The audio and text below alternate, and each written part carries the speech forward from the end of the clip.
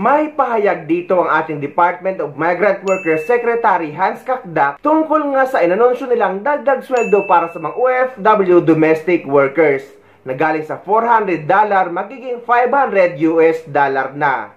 Pero maraming GCC countries ang tutol dito. Ngunit ayon sa DMW, imbis daw parusahan o penalty ang employer na hindi susunod sa dagdag sahod na ito, ay positive approach daw ang gagawin nila sa usaping ito. At incentive-based na lang daw ito. Pero i-encourage pa rin daw nila ang mga recruitment agency at mga foreign employer na dagdagan ang sweldo ng mga kukunin nilang kasambahay or mga household workers.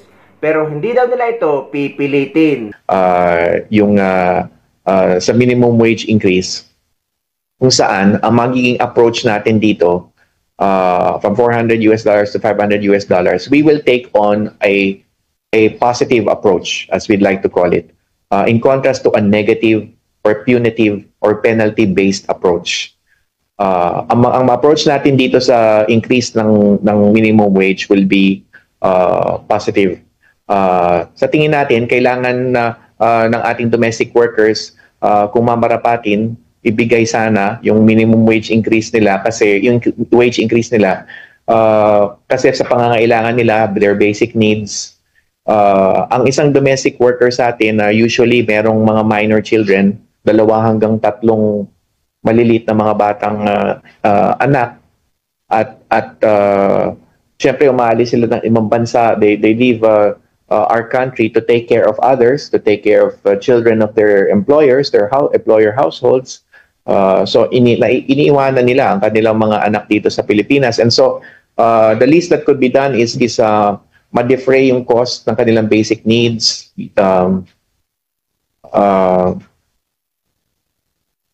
living and education expenses, ng mga batang iniiwan ng ating. So parati nating sinasaisip yung mga anak ng mga domestic workers na naiwan dito. They take care of other children and other families, but they leave behind their own. Kaya isa yan sa sinasaisip natin dito sa wage increase. Ngayon, ang gagawin natin, positive approach, hindi negative, hindi punitive or penalty-based. We will take a more positive and incentives-based approach. Ang ibig sabihin nun, we will encourage recruitment agencies, foreign employers to provide a wage increase to our domestic workers. Hindi natin sila pipilitin. Ang gagawin natin, kapag may employer na nagbigay ng increase, we will provide incentives by way of faster processes, green lane processes, and other forms of incentives na pwede nating ibigay sa mga gustong mag-hire ng Filipino domestic worker na nagtalaga ng wage increase, ng wage level na $500. So incentives based, no? Hindi natin paparusahan ang isang employer na magbibigay ng less than or na recruitment agency na magbibigay ng less than $500. At nung nakausap ko ang Qatari Labor Minister, si Qatari Minister Dr. Ali Almari, sa Qatar nung 2 weeks ago, ito yung isang assurance na binigay ko sa kanya na magiging positive ang ating approach. It won't be a negative approach in terms of our humble way to seek a better life for our domestic workers. So itong guidelines on the increase will still be issued. Hindi pa ito ganap kasi hindi pa na-issue, and we expect the same to be issued sometime in the 2nd or 3rd week of October. So hindi pa siya implemented. Itong positive or incentive, kahit na itong positive or incentivization approach, hindi pa implemented until the 2nd or 3rd week of October. Ngayon, as I mentioned, yung Labor Advisory 25, meron din yung mga ibang mga components. And andun yung Know Your Employer video interview. Bago pa man umalis yung domestic worker, makilala na niya yung magiging employer niya. And vice versa, yung employer, makikilala na yung domestic worker. Meron tayong Kamusta Kabayan digital welfare monitoring system. Yung annual medical check-up, klinaro ko lang kay Minister Almari na Philippine government ang sasagot nung annual medical check-up. Of course, merong mga domestic worker na posibleng covered by insurance o kaya sinasagot ng employer nila yung medical checkups. But kung hindi, the Philippine government will step in and voluntary muna, voluntary nature, kasi nga medyo we are also looking at our own budget for this, no? Annual medical checkup ng domestic worker. And then meron tayong whitelisting policy, nakatalaga na ito, existing na ito. And then of course, yung pagtatalaga ng mga protections under the already existing contracts, standard contracts such as yung humane living and working conditions, rest days, annual leaves, yung non-confiscation of passports, mga ganyang klaseng bagay. So all of these will be yung aspeto ng know your employer will be embodied in a specific set of guidelines, pati yung annual medical checkups, third week of October ito. Yung digital welfare, yung Kamusta Kabayan digital welfare monitoring system na talaga na yon. And so with the whitelisting policy and as well as the standard contracts, of course. And then lastly, we will make, of course, we will undertake an implementation level consultation, bilateral discussion with host countries. So sinimulan na natin to sa Qatar and we intend to nagawa na rin natin sa Singapore and sa Malaysia, and we will continue our effort along these lines. So yun na lamang. Lastly, of course, we're doing this because most of our domestic workers are women, and ayon sa mga research studies, they still belong to the most vulnerable.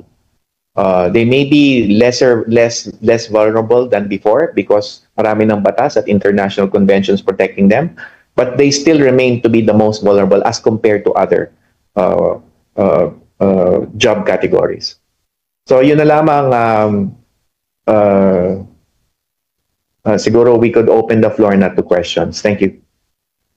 Thank you po, Secretary Hans, Yusik Feli, and Admin PY. Before we move on po, acknowledge muna natin yung ating pa pong dalawang undersecretaries na narito sa ating Zoom press conference. Acknowledge po natin si Undersecretary. Acknowledge po muna natin si Undersecretary Bernard P. Olalia, saka si ating Undersecretary Jainal T. Razul Jr. Okay, move na po tayo sa ating question and answer sa ating mga media friends.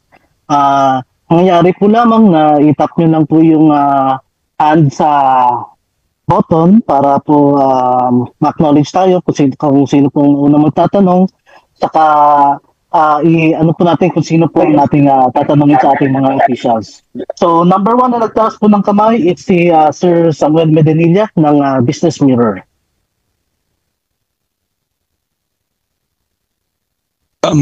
Good afternoon po. For Sir Kakdak po, kanina po na-mention po nila na nag-conduct na po sila ng bilateral talks with Qatar, Singapore, and Malaysia regarding po doon sa implementation ng additional benefits and protection for kasambahay. Bali, bago po malabas yung guidelines, hindi pa po ba na-consult yung mga other countries regarding po doon sa new policies pagdating po sa mga kasambahay po? Well, meron na mga initial discussion sa iilan. But of course, pag talaga naman tayong policy, meron after laying down the policy, ay may implementation mode at nandito na tayo sa stage na ito. Tapos sir, itanong ko lang, meron po bang countries na nag-express ng reservation or parang nag-oppose doon sa implementation ng some of the provisions ng bagong policy? Specifically, sir, yung $500 minimum wage for kasambahay. Well, meron na rin, hindi ko nababanggitin, but meron, kaya nga ini-emphasize ko ngayon yung positive approach that we are part of a community of nations and we have to take into consideration yung nuances or situation ng mga bansa kung saan nandun ang ating OFWs. And so, sir, kung ilan po yung countries na nag-express ng reservation?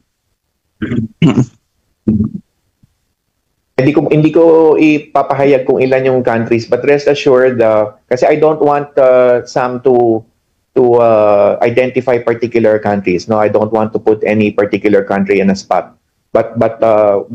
rest assured, I have received certain concerns on the matter. Kaya nga ito na yung ine-emphasize namin dito. We would rather take a positive tack or approach in this briefing and move ahead from here in terms of, sabi ko nga, magka-craft tayo ng guidelines, and somewhere in the second, third week, magkakaroon na tayo nitong positive approach natin sa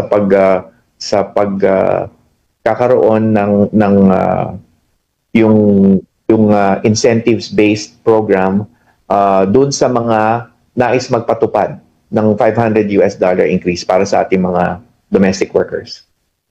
Ay sir, clarify ko lang, until malabas yung new guidelines sa second or third week of October, naka-hold muna yung implementation ng mga policy for additional protection for kasambahays po.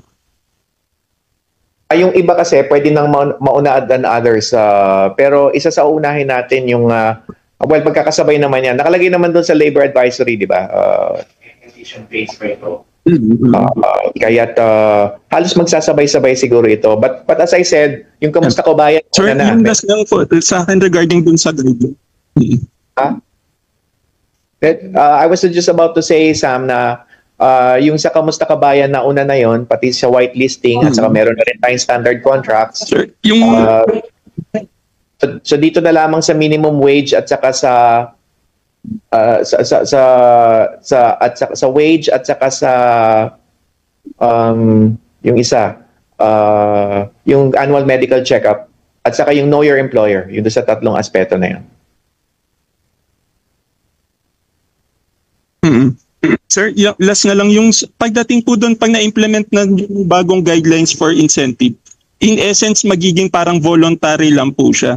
So, hindi po siya magiging mandatory for employers and dun sa host countries. That's right. And then we will incentivize, we will provide incentives to those employers who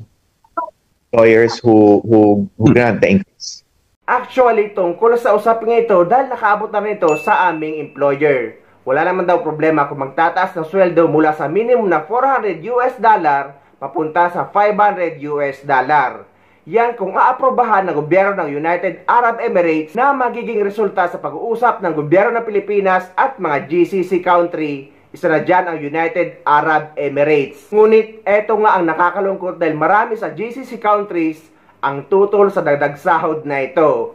Ngayon magkakaroon tuloy ng lakas ng loob ang mga employer at magiging totoo yung mga sabi-sabi na nasa employer nilang kung tataasan ka ng sweldo, lalo na yung end of service benefits na nasa employer nila kung bibigyan ka or hindi. Dahil nga mukhang wala namang magagawa ang gobyerno natin tungkol dito. Ang mga host country pa rin ang masusunod.